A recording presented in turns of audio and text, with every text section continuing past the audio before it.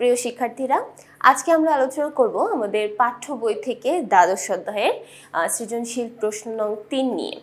এই প্রশ্নটাও কিন্তু একদম সৃজনশীল প্রশ্ন নং 1 এর মতোই, অর্থাৎ এখানে একদম আমাদের উদ্দীপক আকারে পুরো এন্ট্রিগুলো দেওয়া আছে এবং এখান থেকে আমরা প্রথমে প্রাপ্তি প্রদান হিসাব এবং তারপর আয় বিবরণী হিসাব তৈরি করব। তাহলে কিভাবে আমরা তৈরি করব সেটা দেখার আগে প্রথমে আমরা কোশ্চেনটা একটু বিশ্লেষণ করি। এখানে আমরা দেখতে পাচ্ছি প্রথমে বলা হয়েছে যে জনাব হান্না একটি বেসরকারি প্রতিষ্ঠানে কর্মরত। তিনি মাসে 30,000 টাকা বেতন পান, অর্থাৎ তার মাসিক বেতন হচ্ছে 30,000 টাকা। এখানে অবশ্যই আমাদের খেয়াল রাখতে হবে যে এখানে কিন্তু মাসিক হিসাবটা দেওয়া আছে, অর্থাৎ প্রত্যেক মাসে সে 30,000 টাকা পায়। কিন্তু আমরা যে ম্যাথটা করব সেটা সম্পূর্ণ 25 সালের জন্য। সম্পূর্ণ 25 সালে কিন্তু তাহলে তিনি 30,000 টাকা পাবে না। তাহলে আমরা যদি পুরো বাৎসরিক হিসাবটা বের করতে চাই তাহলে 30,000 এটার সাথে আমাদের গুণ করতে হবে 12, কারণ এক মাসে যদি তিনি 30,000 টাকা পায় 12 মাসে কত পাবে সেটার সাথে 12 গুণ করলে আমরা বের করতে পারবো। এরপরে আরও তার ইনকামের সোর্স এখানে বলছে যে তিনি 2 বার 20,000 টাকা করে বোনাস পায়। 2 বার টোটাল বোনাসটা পায় আর প্রত্যেকবার 20,000 টাকা করে পাচ্ছে। তাহলে 2 বার যদি পায় 20,000-এর সাথে আমরা তাহলে গুণ করব 2, অর্থাৎ তার এখানে টোটাল বোনাসের সংখ্যা হবে 40,000 টাকা। এরপর বলছে 2025 সালের 1 জানুয়ারি তার পরিবারের নগদ তহবিল 12,000 টাকা, বাড়িঘর 5,50,000, সরঞ্জাম 6,000 এবং তিনি কিছু ঋণ করেছেন। ঋণ আছে 40,000 টাকা, অর্থাৎ এটা হচ্ছে তার উদ্বৃত্ত। 2024 সাল থেকে যখন তিনি 25 সালে আসলো, 25 সালে এসে তার উদ্বৃত্তগুলো তৈরি হয়েছে এই পরিমাণ। আচ্ছা, তারপর আমরা দেখতে পাচ্ছি সারা বছরে তিনি আরও কিছু লেনদেন করেছেন এবং সেই লেনদেনগুলো এখানে দেওয়া আছে। তো এখানে আমরা লেনদেনগুলো দেখতে পাচ্ছি প্রথমে খাদ্য সামগ্রী ক্রয়, যেটা প্রত্যেকটা অঙ্কের জন্যই দেখবে কমন। এই খাদ্য সামগ্রী ক্রয় প্রত্যেকটা অঙ্কের জন্যই থাকে। এরপর আছে সহকর্মীর ঋণ পরিশোধ, অর্থাৎ এই যে তিনি ঋণ গ্রহণ করেছিলেন এখন সেটাকে পরিশোধ করে দিচ্ছেন। ঔষধ এবং ডাক্তারের ফি 18,000, তারপরে আবার বাড়ি মেরামত খরচ দেওয়া আছে, মোবাইল সেট ক্রয়, বিদ্যুৎ ও টেলিফোন খরচ, কাপড় চোপড় ক্রয়, তারপর দেওয়া আছে কৃষি ফসল বিক্রয়, ফ্রিজ ক্রয়, তারপর বলছে লেখাপড়ার খরচ আছে, ডিপিএসে জমা আছে এত টাকা, বিদ্যুৎ বিল বাবদ 3,400 টাকা বকেয়া আছে। অর্থাৎ পুরো বছরে তিনি কি কি লেনদেন করেছে সেই লেনদেনের পরিমাণটা এখানে বলে দেওয়া আছে। এবার তাহলে আসো আমরা সৃজনশীল প্রশ্নে চলে যাই। এখানে আমাদের সৃজনশীলে অর্থাৎ ক নাম্বার সৃজনশীলে বলা হয়েছে প্রারম্ভিক পারিবারিক তহবিল নির্ণয় করো। প্রারম্ভিক পারিবারিক তহবিল আমরা যে কোনোভাবে করতে পারি। এখানে যে বিষয়টা বা যে প্যাটার্নে এখানে করা আছে, যদি এটা একটু ব্যাখ্যা করি, এখানে ছক আকারে আমরা প্রারম্ভিক তহবিলটা বা প্রারম্ভিক পারিবারিক তহবিলটা করে দেওয়া আছে দেখতে পাচ্ছি। তোমরা যদি চাও এটা অবশ্যই এক্সপ্লেইন আকারে দিতে পারো, অর্থাৎ আমরা নর্মালি ম্যাথ যেভাবে করে থাকি সূত্র লিখে তারপর মান বসাই, ঠিক সেভাবেও করতে পারো।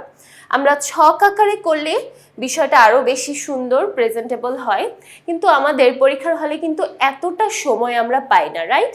আমরা পরীক্ষার হলে আমাদের টাইমের একটা ব্যাপার থাকে, আমরা সব সময় টাইম পাই না এত বড় বড় ছক করতে। এখানে যদি তুমি ছক আকারে করো, ছক আকারে করলে বিষয়টা সুন্দর হবে অবশ্যই, কিন্তু দেখা যায় অনেক সময় আমাদের টাইম হয় না বা টাইমে মিলে না। তো সেক্ষেত্রে আমরা টাইমটাকে সেভ করার জন্য ছক ছাড়াই করতে পারি। ছক ছাড়া আমরা কিভাবে করতে পারি ওইটা আমি একটু দেখিয়ে দিচ্ছি। তো এখানে আমরা এই প্রারম্ভিক পারিবারিক তহবিল বা শুধু পারিবারিক তহবিলও যদি বলতো সেম জিনিসই, এটা আমরা নির্ণয় করব আমাদের 1 তারিখের যে উদ্বৃত্ত অংশটা আছে সেটা থেকে। এখানে এই যে নগদ তহবিল থেকে স্টার্ট করা হয়েছে, এই অংশ থেকে আমরা আমাদের পারিবারিক তহবিলটা নির্ণয় করতে পারি। তাহলে প্রথমে আমরা একটু পারিবারিক তহবিলের সূত্রটা দেখি। আমরা নির্ণয় করব পারিবারিক তহবিল। আমরা যদি পারিবারিক তহবিল নির্ণয় করতে চাই, এটার সূত্র হচ্ছে প্রারম্ভিক সম্পদ মাইনাস প্রারম্ভিক দায়। প্রারম্ভিক সম্পদ মাইনাস প্রারম্ভিক দায়। তাহলে একদম শুরুতে অর্থাৎ প্রারম্ভিক যে সম্পদগুলো আছে সেগুলো আমাদের প্রথমে লিখতে হবে, তারপর সেখান থেকে আমরা মাইনাস করব প্রারম্ভিক দায়কে। তাহলে দেখে নিই এখানে আমাদের প্রারম্ভিক সম্পদ কি কি আছে। প্রথমে নগদ তহবিল আছে 12,000 টাকা, তারপর বাড়িঘর আছে 5,50,000, সরঞ্জাম আছে 6,000। এই প্রত্যেকটা অর্থাৎ এই তিনটা হচ্ছে আমাদের প্রারম্ভিক সম্পদ। তাহলে আমরা সিরিয়ালি লিখবো আমাদের প্রারম্ভিক সম্পদ কি কি আছে। প্রথমে আছে নগদ তহবিল, তারপর আছে বাড়ি ঘর এবং তারপর আছে সরঞ্জাম। এই তিনটা হচ্ছে আমাদের সম্পদ। আমরা যদি বলি দায় কি কি আছে, দায় এখানে একটাই আছে, সেটা হচ্ছে সহকর্মীর কাছ থেকে ঋণ। সহকর্মীর কাছ থেকে আমরা যে ঋণটা গ্রহণ করেছি সেই ঋণ। এবার তাহলে আমরা একটু মানটা বসাই। নগদ তহবিল আছে 12,000, বাড়ি ঘর 5,50,000, সরঞ্জাম আছে 6,000। তাহলে নগদ তহবিল 12,000, বাড়ি ঘর আছে 5,50,000 এবং সরঞ্জাম আছে 6,000। তাহলে সবগুলো আমরা যোগ করব এবং মাইনাস করব সহকর্মীর ঋণ। আমাদের সহকর্মীর ঋণ আছে 40,000 টাকা। তাহলে সহকর্মী ঋণের জায়গায় আমরা লিখলাম -40,000 টাকা। এবার প্রথমে আমরা বের করব আমাদের মোট সম্পদের পরিমাণ। তাহলে মোট সম্পদ প্রথমে 12,000, তারপর আছে 5,50,000 এবং 6,000। টোটাল সম্পদের পরিমাণ থাকছে 5,68,000 টাকা। 5,68,000 টাকা থেকে যদি আমরা 40,000 টাকা মাইনাস করি তাহলে আমাদের পারিবারিক তহবিলের পরিমাণ দাঁড়াচ্ছে 5,28,000 টাকা। তাহলে এখানে দেখো আমরা ছক আকারেও দেখাতে পারি, আবার চাইলে এইভাবেও কিন্তু দেখাতে পারি। এখানে আমাদের পারিবারিক তহবিল নির্ণয় করার সূত্রটা প্রথমে লিখব, তারপর সেই সূত্র অনুযায়ী পুরো অঙ্কটা আমরা মান বসিয়ে করব। অবশ্যই সূত্রটা লেখার চেষ্টা করব, নাহলে কিন্তু পুরো ম্যাথটা কিন্তু আমাদের সঠিকভাবে হবে না, বা এক্ষেত্রে টিচার মার্ক নাও দিতে পারে। এরপর আমরা তাহলে চলে যাচ্ছি আমাদের খ নাম্বার প্রশ্ন। খ নাম্বার প্রশ্নে বলা হয়েছে পরিবারে সমাপনী নগদ তহবিল নির্ণয় করো। আমরা যদি সমাপনী নগদ তহবিল নির্ণয় করতে চাই তাহলে এখানে আমাদের প্রাপ্তি প্রদান হিসাবটাই কিন্তু করতে হবে, কারণ প্রাপ্তি প্রদান হিসাবের মাধ্যমে আমরা সমাপনী নগদ তহবিলের পরিমাণ সম্পর্কে জানতে পারি। তাহলে প্রাপ্তি প্রদান হিসাব এখন আমরা তৈরি করব।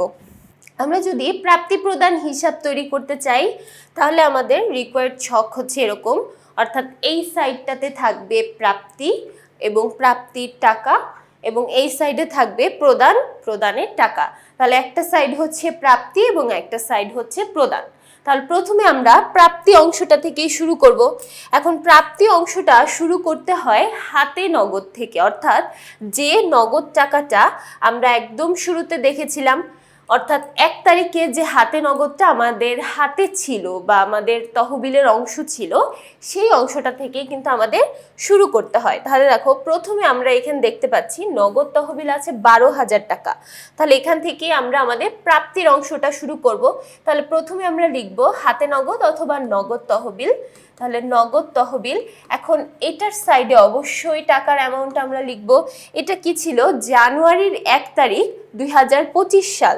তাহলে এখানে আমরা তারিখটা উল্লেখ করে দিব, জানুয়ারির 1 তারিখ 2025 সালের আমাদের নগদ টাকার পরিমাণ ছিল 12,000 টাকা। এরপর আমরা দেখব অন্যান্য আর কি কি প্রাপ্তি আমরা এখানে পেয়েছি। তো বাকি প্রাপ্তিগুলো হচ্ছে তার ইনকামের সোর্স। যেমন এখানে 2টা ইনকাম ছিল, একটা হচ্ছে বেতন এবং আরেকটা ছিল বোনাস। বেতন এবং বোনাস। তাহলে এই বেতন এবং বোনাস আমরা 2টা নিয়ে আসব। প্রথমে আসো বেতন। বেতনে বলা হয়েছিল মাসে 30,000 টাকা। তাহলে মাসে যদি 30,000 টাকা হয়, আমরা তো এখানে পুরো বছরের হিসাবটা করছি, তাই অবশ্যই এখানে আমাদের পুরো বছরের হিসাব করার জন্য 12 দ্বারা গুণ করতে হবে। তাহলে 30,000কে 12 দ্বারা গুণ করলে এখানে দাঁড়াচ্ছে 3,60,000 টাকা। 3,60,000 টাকা টোটাল বেতন। এবং বোনাস এখানে বলা হয়েছিল 2টা বোনাস পায়, এক একটা বোনাস 20,000 টাকা করে। তাহলে 2টা যদি বোনাস পায়, একটা বোনাস যদি 20,000 টাকা হয়, টোটাল দাঁড়াবে 40,000 টাকা। এরপর আরো একটা প্রাপ্তি আমরা এখানে দেখেছিলাম, যেটা কিনা এই লেনদেনগুলোর মধ্যে আছে, এবং সেটা হচ্ছে কৃষি ফসল বিক্রয়। শুধুমাত্র এই একটাই কিন্তু আমরা দেখেছিলাম যেটা আমাদের জন্য প্রাপ্তি হতে পারে। আমরা যদি কৃষি ফসল বিক্রি করি, বিক্রি করে যে টাকাটা পাচ্ছি এটা অবশ্যই আমাদের জন্য একটা প্রাপ্তি, এবং বিক্রি থেকে আমরা সাধারণত টাকা পেতে পারি। তাই কৃষি ফসল বিক্রয় 48,500, এটাও কিন্তু আমরা লিখব এই প্রাপ্তি অংশে। তাহলে কৃষি ফসল বিক্রয় 48,500 টাকা। তাহলে এই অংশটা গেল আমাদের প্রাপ্তি। এবার আমরা প্রদানগুলো দেখব। দেখো এইটাকে যদি আমরা বাদ দিই, যেটা আমরা প্রাপ্তিতে লিখে ফেলেছি, এটাকে বাদ দিলে আর বাকি সবগুলোই কিন্তু চলে যাচ্ছে আমাদের প্রদানের মধ্যে। তাহলে প্রথম আসবে খাদ্য সামগ্রী ক্রয়, তারপর আমরা সহকর্মীকে পরিশোধ করেছি, এটাও আসবে। ডাক্তারি ফি প্রদান করেছি, তারপর বাড়ি ভাড়া মেরামত, অর্থাৎ প্রত্যেকটাই কিন্তু এখানে চলে আসছে। শুধুমাত্র এই যে এছাড়াও দিয়ে এক্সট্রা ভাবে যেটা লেখা আছে, এটা হলো আমাদের জন্য একটা সমন্বয়। তাহলে এটাকে বাদ দিয়ে আর বাকি যেগুলো আছে প্রত্যেকটাই আমরা এক এক করে লিখে ফেলবো। তাহলে প্রথমে দেখি খাদ্য সামগ্রী ক্রয় 78,000 টাকা, সহকর্মী ঋণ পরিশোধ 30,000 টাকা। তাহলে প্রথমে আমরা লিখব খাদ্য ক্রয়, যেটার অ্যামাউন্ট ছিল 78,000 টাকা।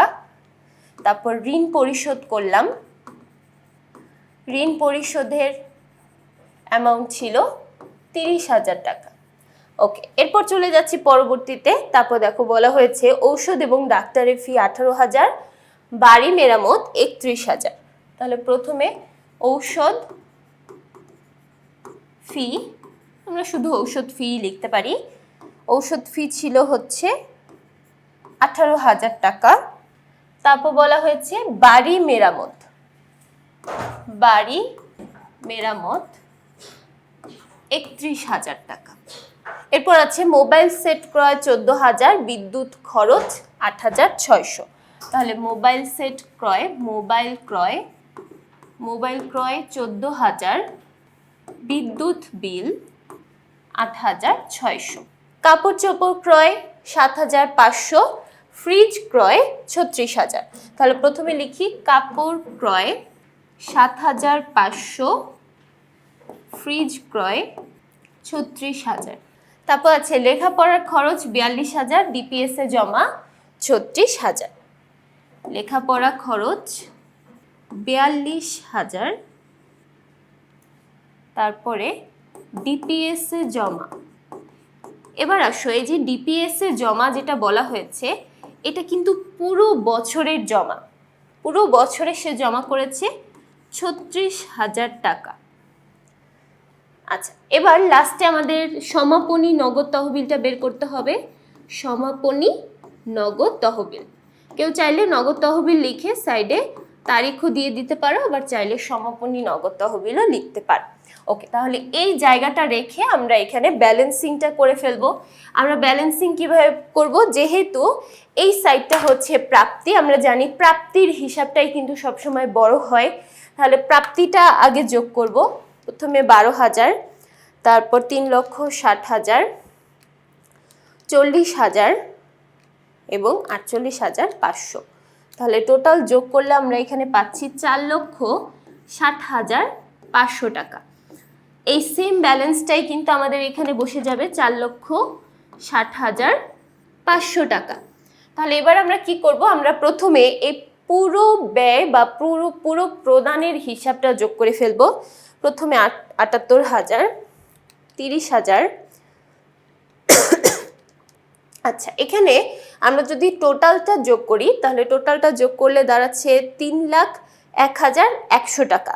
এবার তাহলে আমরা 4,60,500 থেকে 3,01,100 টাকা বিয়োগ করব, এবং বিয়োগ করলে আমরা এখানে উদ্বৃত্তের পরিমাণ, এই ব্যালেন্সের জন্য উদ্বৃত্তের পরিমাণ দাঁড়াচ্ছে 1,59,400 টাকা। 1,59,400 টাকা। তাহলে দেখো আমাদের অ্যান্সারটা কোনটা হবে? অ্যান্সার কিন্তু হবে সমাপনী নগদ তহবিল 1,59,400 টাকা, কারণ এটাই কিন্তু আমাদের একদম প্রশ্নের শুরুতে বের করতে বলা হয়েছে। বলেছিল সমাপনী নগদ তহবিল কত নির্ণয় করো। তাহলে সমাপনী নগদ তহবিল আমরা এখানে পেয়েছি 1,59,400 টাকা। এরপর তাহলে চলে যাই আমাদের গ নাম্বার প্রশ্নে। আমাদের গ নাম্বার প্রশ্নে বলা হয়েছে জনাব হান্নানের পরিবারের আয় ব্যয় বিবরণী প্রস্তুত করো। তার মানে এখন আমাদের আয় ব্যয় বিবরণীটা প্রস্তুত করতে হবে। সো আয় ব্যয় বিবরণী যদি আমরা করতে চাই, আমাদের প্রয়োজনীয় ছক হচ্ছে এরকম, অর্থাৎ এখানে আমাদের 3টা টাকার ঘর লাগবে এবং একটা বিবরণী লেখার জায়গা থাকতে হবে। তাহলে আমরা শুরু করি। আমরা কিন্তু এই প্রাপ্তি প্রদান হিসাব থেকে আমাদের আয় ব্যয় বিবরণীটা করতে পারবো। এখানে আর আমাদের ওই প্রশ্নের যে বিষয়টা আছে সেখান থেকে না দেখলেও চলবে। এই প্রাপ্তি প্রদান থেকে যদি আমরা করি তাহলে খুব সহজ এবং মানে শর্টকাট যেহেতু করা আছে, শর্টকাট থেকে খুব সহজে ম্যাথে ট্রান্সফার করতে পারবো।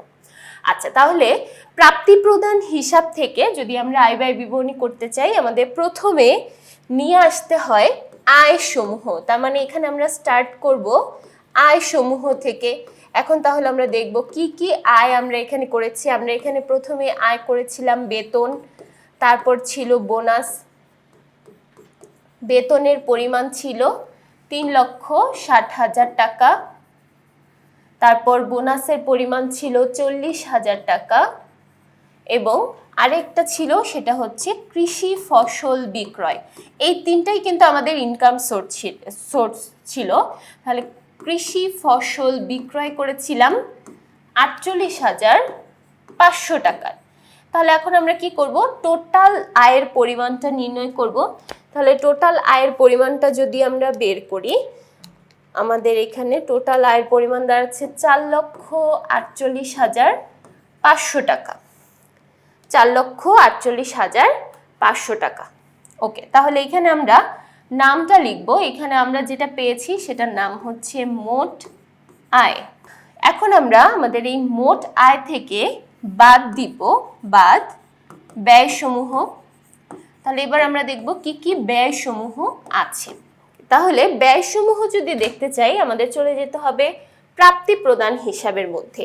এবার দেখো প্রাপ্তি প্রদান হিসাবের মধ্যে কি কি ব্যয় আমরা একটু দেখি। আমরা এখানে দেখতে পাচ্ছি খাদ্য ক্রয়, এটা অবশ্যই ব্যয়। ঋণ পরিশোধ করলাম, এটা কিন্তু কোনো ব্যয় না, এটা হচ্ছে দায়ের পরিমাণটা কমে যাওয়া। তাহলে এটাকে কিন্তু আমরা ব্যয়ের মধ্যে নিয়ে আসব না। তারপর দেখতে পাচ্ছি ঔষধ ফি, হ্যাঁ এটা একটা খরচ। বাড়ি মেরামত, এটাও একটা খরচ। আবার এই যে মোবাইল ক্রয় করেছি, মোবাইল ক্রয় করলে আমাদের সম্পদের পরিমাণটা বেড়ে যাচ্ছে, তাহলে মোবাইল ক্রয় এটাও আসবে না। এরপর দেখতে পাচ্ছি বিদ্যুৎ বিল পরিশোধ করেছিলাম, অবশ্যই বিদ্যুৎ বিল আমাদের জন্য এক ধরনের ব্যয়। কাপড় ক্রয়, এটাও ব্যয়। ফ্রিজ ক্রয়, এটা কিন্তু আমাদের জন্য কোনো ব্যয় নয়, এটা আমাদের জন্য এক ধরনের সম্পদ। লেখাপড়ার খরচ ছিল, লেখাপড়ার খরচটা অবশ্যই আসবে, কারণ লেখাপড়ার খরচ আমাদের প্রত্যেক মাসেই মোটামুটি করতে হয়, সো এটা একটা ব্যয়। ডিপিএস জমা, এটা কিন্তু আমাদের জন্য কোনো ব্যয় নয়, এটা আমাদের জন্য এক ধরনের সম্পদ। তাহলে দেখো যেগুলো টিক মার্ক করা শুধুমাত্র সেগুলোই ব্যয় এবং সেগুলোকেই আমরা এখানে নিয়ে আসব। তাহলে আমরা এটা দেখে দেখেই কিন্তু বসিয়ে ফেলতে পারি। প্রথমে দেখতে পাচ্ছি খাদ্য ক্রয় 78,000, তারপরে ঔষধ ফি এখানে দেওয়া আছে 18,000। তাহলে আমরা লিখে ফেলি খাদ্য সামগ্রী ক্রয় 78,000 টাকা। তারপর আমাদের ছিল ঔষধ ফি ছিল 18,000 টাকা। তাহলে ঔষধ ফি 18,000 টাকা। এরপর আমরা দেখতে পাচ্ছি বাড়ি মেরামত 31,000, বিদ্যুৎ বিল বাবদ খরচ হয়েছে 8,600, কাপড় ক্রয় 7,500। ওকে, তাহলে একদম সরাসরি আমরা লিখে ফেলি। প্রথমে আমরা দেখলাম বাড়ি মেরামত, বাড়ি মেরামতের পরিমাণ আমরা দেখেছি 31,000 টাকা। তারপর ছিল বিদ্যুৎ বিল বাবদ খরচ। এবার দেখো বিদ্যুৎ বিল বাবদ যে খরচটা, এটার সাথে কিন্তু আমাদের একটা সমন্বয় ছিল, রাইট? তো সমন্বয়টা আমরা একটু খেয়াল করি। এখানে আমাদের বলা হয়েছিল বিদ্যুৎ বিল খরচ বা টেলিফোন খরচ, এটা দেওয়া হয়েছে 8,600 এবং এটার সাথে আমাদের বকে আছে ৩,৪০০ টাকা। তাহলে বিদ্যুৎ বিল এই খরচের সাথে অবশ্যই আমাদের এই বকেয়ার অংশটা যোগ করে দেখাতে হবে। তাহলে প্রথমে আমরা লিখি বিদ্যুৎ বিল বাবদ খরচ হয়েছে ৮,৬০০ এবং এটার সাথে যোগ হবে বকেয়া, অর্থাৎ এটার যে বকেয়া অংশটা আছে সেটা বকেয়া ছিল ১,৪০০ টাকা, ৩,৪০০ টাকা, ৩,৪০০ টাকা। তাহলে টোটাল যদি আমরা যোগ করে দিই ৮,৬০০ এবং ৩,৪০০, তাহলে টোটাল আমাদের এখানে দাঁড়াচ্ছে ১২,০০০ টাকা। এরপর চলে যাচ্ছি পরবর্তীতে। দেখো পরবর্তীতে আর আছে কাপড় ক্রয়, যেটা হচ্ছে ৭,৫০০, লেখাপড়া বাবদ খরচ ৪২,০০০ টাকা। তাহলে প্রথমে কাপড় ক্রয়ের পরিমাণ ৭,৫০০ এবং তারপর লেখাপড়ার খরচ ৪২,০০০ টাকা। ওকে, তাহলে সবগুলো ব্যয় কিন্তু আমরা অলরেডি লিখলাম এবং এখানে আমরা টোটাল ব্যয়ের পরিমাণটা বের করব। এই সবগুলো যোগ করলে আমরা এখানে টোটাল ব্যয়ের পরিমাণটা পাবো। তাহলে টোটাল ব্যয়ের পরিমাণটা বের করে দেন আমাদের এই যে উপরের যে মোট আয়ের পরিমাণটা আছে, এই মোট আয় থেকে আমরা মোট ব্যয়ের পরিমাণটা বাদ দিব। তাহলে প্রথমে আমরা দেখি আমাদের টোটাল ব্যয়ের পরিমাণটা কত। এখানে আমরা আমাদের টোটাল ব্যয়ের পরিমাণ দেখতে পাচ্ছি ১,৮৮,৫০০ টাকা, ১,৮৮,৫০০ টাকা। সো এটার নাম দিব আমরা মোট ব্যয়। এখানে আমরা পেয়েছি মোট ব্যয়। তাহলে মোট আয় থেকে যদি আমরা মোট ব্যয় বাদ দিই, এখানে মোট আয়টা মোট ব্যয়ের তুলনায় অনেক বেশি, তাই এখানে আমাদের অ্যান্সারটা আসবে আয় উদ্বৃত্ত হিসেবে। তাহলে আয় উদ্বৃত্তটা কত দাঁড়াচ্ছে আমরা একটু দেখি। এখানে আমাদের আয় উদ্বৃত্তের পরিমাণ দাঁড়াচ্ছে 2,60,000 টাকা, 2,60,000 টাকা। সো এখানে আমরা নাম লিখে দিব, এই যে আমরা যে অ্যান্সারটা বের করলাম এটার নাম হলো আয় উদ্বৃত্ত। যেহেতু আয়ের পরিমাণটা বেশি তাই এখানে আয় উদ্বৃত্ত। তাহলে আয় উদ্বৃত্ত আমরা এখানে দেখতে পাচ্ছি 2,60,000। সো প্রথমে আমরা মোট আয় বের করেছি, তারপর মোট ব্যয় বের করেছি এবং মোট আয় থেকে মোট ব্যয় বাদ দেওয়ার পরে আমরা সবার শেষে পেয়েছি আয় উদ্বৃত্তের পরিমাণ। আশা করছি পুরো সৃজনশীলটাই সবাই খুব ভালোভাবে বুঝতে পেরেছো। পরবর্তী পর্বগুলো দেখার জন্য সবাইকে আমন্ত্রণ জানিয়ে আজকে এখানেই শেষ করছি। সবাই ভালো থাকবে, সুস্থ থাকবে, ধন্যবাদ।